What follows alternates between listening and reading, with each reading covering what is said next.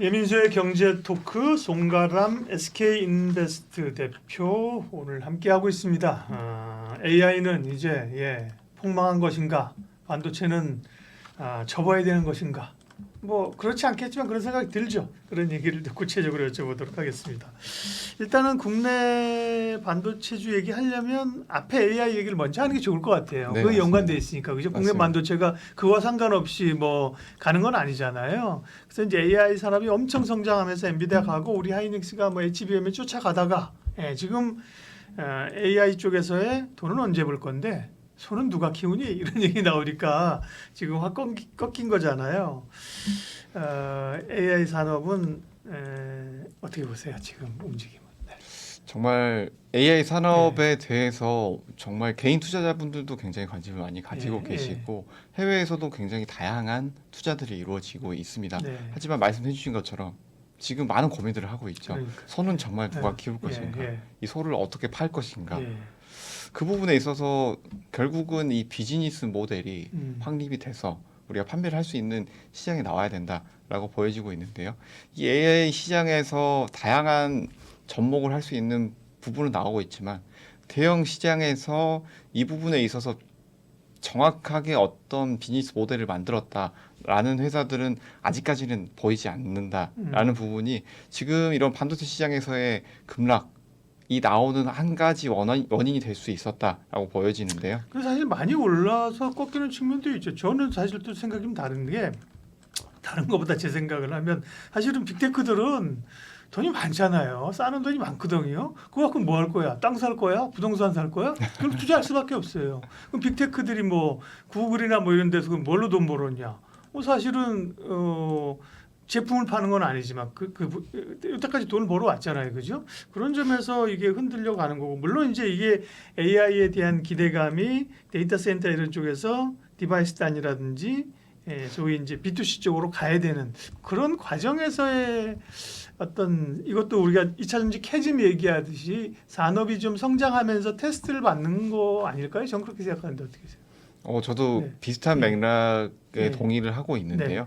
말씀해 주신 것처럼 이 산업 전반에서 B2C 시장에서 B2B 시장으로 넘어가는 그런 과도기, B2B에서 B2C로. B2B에서 B2C로 넘어가는 그렇죠. 이런 과도기에 있는 시장이다라고 네. 보여지는데 지금은 말 그대로 이런 반도체 업체들 여기에서 공급하고 있는 특히 엔비디아 위주로만 강한 상승들이 나왔는데 이것들을 소비자들이 어떻게 활용할 것인가라는 부분 이것들이 이슈가 가장 크게 나왔던 그렇죠. 건 말 그대로 챗GPT가 나오게 되면서 이 부분들을 개인들이 활용하고 다양한 이슈들이 나오면서 이 LLM 부분 음성 부분 이 부분에서 이슈가 나오면서 굉장하게 강하게 이슈가 나왔지만 이전에도 AI에 대한 기술 개발은 계속해서 이루어졌던 사실입니다. 하지만 그렇죠. 최근 들어서 이런 것들이 크게 이슈가 됐던 부분은 이 GPU 부분이 굉장히 빠르게 발전을 했기 때문인데요. 특히 이 엔비디아에서 AI 쪽에 활용할 수 있는 GPU 부분에 굉장히 큰 발전하면서 계속해서 공급하면서 이 부분을 계속 성장을 해왔기 때문에 거기에 따른 폭발적인 수요 증가 가 계속해서 이루어졌다라고 보여집니다. 하지만 이런 수요 증가가 지속해서 이루어질 것인가라는 부분에 있어서는 굉장히 회의적으로 보시는 분들도 많지만 앞서서 말씀드렸던 부분 바로 AI 군비 전쟁 부분에 있어서 단기로 이슈가 있을 수 있다 충분히라는 부분 말씀을 드릴 텐데요. AI 군비 전쟁 같은 경우에는 지금 단순히 국가들에서만 이 AI 부분에 있어서 집중을 하고 있는 것이 아니다. 각 기업들도 집중을 하고 있다라는 것을 말씀을 드릴 텐데 지금은 어느 정도 새로운 모델을 가져가기보다는 승자가 어느 이 시장을 독식하는 구조가 나오지 않겠느냐라는 부분에서 이런 군비 전쟁이 촉발됐다라고 보여지는데요. 어느 정도 AI 관련된 박사님들, 석학분들이 굉장히 많으시지만 지금의 이 상황들 AI가 굉장히 좋은 성과 모델을 내는 부분에 있어서는 다양한 의견들이 나오고 있고 이 부분을 100% 규명은 하지 못한 상황입니다. 뭐 예를 들자면 AI를 입력을 해서 어떤 부분을 예측을 했더니 이 다양한 데이터를 넣었을 뿐인데도 굉장히 정확한 데이터로 90% 이상 정확한 데이터로 이 결과가 나왔다라는 결과가 굉장히 많이 나왔습니다. 네. 특히 바이오 같은 부분에 있어서 어떤 특정 질병을 음성만으로도 판단을 한다든지 예. 그 외에 이런 우리가 시각 모델이 굉장히 많지 않습니까? 그렇죠. 시각적인 모델이라든지 이런 동영상 모델, 네. 이 동영상 사람이 모델을 찾아내지 못하는 네, 거 맞습니다. 그죠? 기계가 AI가 네, 찾아내잖아요. 그죠? 예. 사람이 찾아내지 음. 못했던 모델들을 단순히 여러 번 돌려봤을 뿐인데도 이 AI가 찾아냈다라는 네. 부분들이 굉장히 많이 나왔기 때문에 이 부분에 있어서 아직까지 불분명한 부분, 어떤 알고리즘으로 어떤 데이터를 활용해서 이 부분을 찾아냈는지 여부가 밝혀지지 않은 부분들이 굉장히 많습니다. 이거 불분명하니까 더 되고 돈이 된다니까요. 네, 맞습니다. 모든 게 확실해지면 사실은 이미 산업이 성장하면 사실은 이제 성숙기에 들어가면 이제 새로운 돈은 없어요, 그죠? 막 뭐지 진짜인가? 어리버리하고 막 성장할 때 그때 관심 있는 거고요. 네, 자 그러면 뭐 AI 얘기도 뭐 하다 보면 끝이 없고 그쪽에 인사이트가 많으시지만 어쨌든 우리는 국내 투자자 입장에서는 미국 AI 산업에 대한 투자보다는 국내 반도체에 대한 게 더 피부로 와닿고 많이 투자하고 있고 혹은 물려 있고 이런 거니까요, 그죠? 국내 반도체 업체들은 그러면 지금 상황에서 삼성전자, SK 하이닉스나 대표적으로 투탑 얘기 먼저 하면요 어떻게 될 것 같아요? 예. 뭐 이 투탑 네. 같은 경우에는 최근에 좋은 이슈들이 많았죠. 네. 특히 하이닉스 쪽에 집중되었던 이 엔비디아 쪽의 HBM 공급 이슈가 하이닉스 쪽 외에도 이제 삼성전자도 어느 정도 테스트를 완료하고 지금 해외 진출을 노리고 있고 네. 공급도 하겠다라는 것들이 발표되면서 하이닉스가 굉장히 크게 올랐지만 삼성전자도 같이 올라오는 좋은 흐름들이 나왔습니다. 최근 두 종목 모두 급락이 나왔지만 아무래도 하이닉스가 좀 더 상승폭이 가팔랐기 때문에 기술적으로 낙폭도 훨씬 맞아요. 컸다라고 보여지는데요. 반도체 관련주들은 먼저 결론부터 말씀을 드리자면 굉장히 저는 희망이 아직까지는 남아 있다라고 보고 있습니다. 최근 뭐 말씀해 주신 것처럼 엔비디아 그리고 AMD 이런 회사들이 호실적이 나왔거든요. 그래서 이런 호실적이 나왔던 부분 그리고 AI 투자 기대감이 계속해서 이어졌다라는 부분 이 부분에 있어서는 반도체 시장에는 아직까지 긍정적인 영향이 좀 더 크다라고 보여지고 있고 기술적 분석 같은 경우에 이 부분을 해본다라고 하더라도 단기적인 급락이 나왔지만 우리가 급락이 나왔을 때 가장 먼저 체크를 해본 부분이 바로 거래대금 부분인데요. 거래대금 부분이 적지는 않았습니다. 하지만 지금까지의 매수세, 지금까지에 들어왔던 외인 자금이 전부 빠졌느냐라는 측면에서는 아니라고 할 수밖에 없는 부분이기 때문에 일일 거래량으로 했을 때는 평소보다 조금 더 많이 나왔지만 이 부분이 우리가 지금 뭐 몇 달간 상승하면서 들어왔던 거래 대금들, 매수했던 자금들 완전히 빠졌다라고 생각하기에는 쉽지 않은 상황이기 때문에 네. 이런 심리적인 기대감 그리고 기술적인 부분, 해외 IT 기업들의 호실적 이 세 가지를 체크를 해본다면 우리가 충분히 긍정적으로 바라볼 수 있다. 아직까지 희망은 남아 있다라고 말씀을 드리겠습니다. 네. 그러면 이제 삼성전자하고 하이닉스 브라더스 이렇게 좀 나눠서 볼게요. 삼성전자는 말씀하신 것처럼 하이닉스 갈 때 못 갔고 그죠? HBM 엔비디아 납품 가지고 계속 뭐 양치기 소년 지금 누가 그러더라고 20몇 번이었다고 뉴스 나왔는데 아니다 그러고 뭐 이러는데 결국 이거는 삼성전자가 엔비디아의 콜 테스트 통과 못하고 여기서 날아갈 거라고 생각하는 누가 있어요? 아무도 없잖아요, 그죠? 사실 그죠? 그렇죠. 시기의 문제이고 납품 사실 또 콜 테스트 통과했다고 하면 그 주가도 이미 반영돼 있다니까요, 그죠? 그러나 어쨌든 하이닉스보다는 삼성전자가 조금 더 편안하고 이제 못 누린 주가 상승을 누릴 수 있다고 보는 분들이 많은 것 같아요. 송 대표님도 비슷하게 보세요? 뭐 아무래도 저는 지금 삼성전자가 어느 정도 주가가 견인된다 한다면 기술적으로 봤을 때는 좀 더 강한 흐름이 나오지 네. 않을까라고 보여지고 있는데 하지만 지금 매출적인 면을 본다.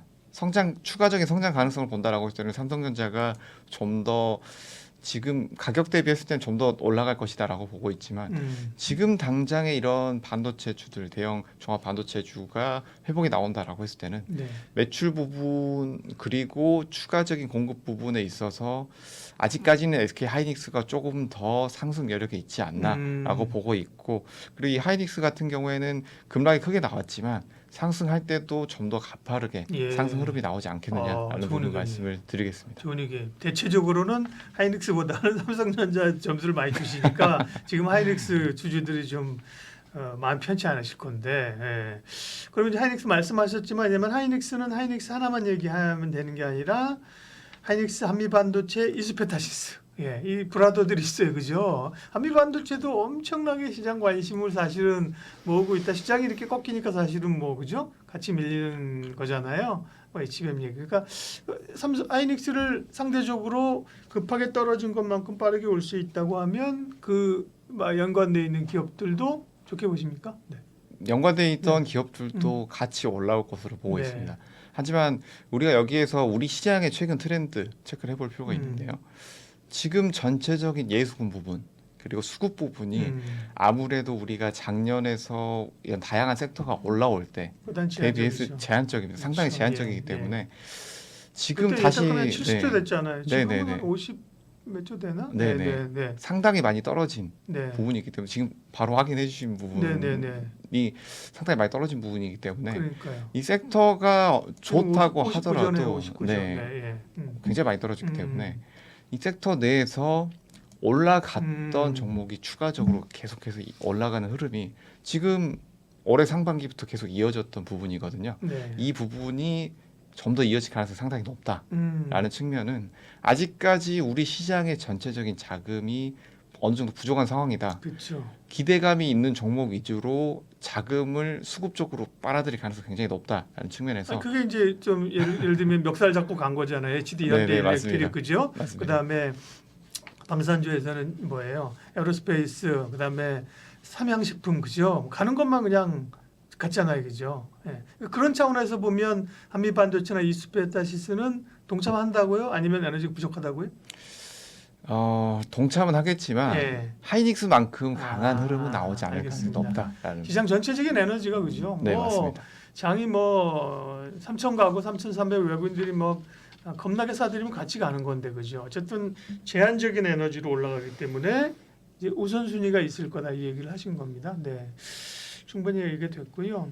반도체 얘기 나온 길에 마지막으로 그러면 삼성전자, 하이닉스, 고밸류체인 뭐 말고 혹은 이제 전반적인 반도체 쪽에서 좀 눈여겨볼 만. 왜냐면 요즘 이제 유리기판 얘기도 많이 하거든요, 그죠? 네, 그 다음에 뭐 반도체도 다양한 그 공정들이 있기 때문에요.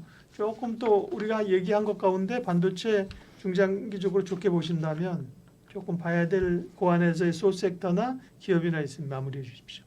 저는 일단 종합 반도체가 강한 흐름이 이어질 것으로 예상이 되고요. 네. 그래서 신규 접근을 하신다라고 했을 때는 네. 하이닉스나 뭐 동부하이텍 같은 이런 종합 반도체 중에서도 대형주들 체크를 해보시는 거 좋겠다라는 점 말씀드리겠고요. 여기에서 다양한 신규 섹터를 보시는 분들도 있을 텐데 하이닉스나 삼성전자가 너무 올라서 좀 꺼려진다 하시는 분들은 반도체 섹터 내에서도 이런 강한 흐름을 주도했던 HBM 쪽을 체크를 해보시는 것도 좋겠다라는 점 말씀을 드리겠고요. 이 HBM 쪽에서도 뭐 DI나 PSK 이런 회사들 한번 체크를 해보시는 것이 좋을 것으로 보이고요. 네. 그리고 반도체 쪽에서도 뭐 CXL 이 부분도 이슈들이 계속해서 나오고 있는데 이 컴퓨터 익스프레스 링크 이 부분도 기술적으로 다시 한번 부각을 받을 수 있기 때문에 네. 이 부분 뭐 코리아 서킷이라든지 TLB, 오픈 엣지 테크놀로지 이런 회사들이 지금 10,000원대 언저리에서 시총도 그렇게 크지 않은 이런 종목군들도 한번 움직임이 나올 수 있기 때문에 이 종목들, 이 섹터들도 체크를 해보시는 것이 좋겠다라는 점.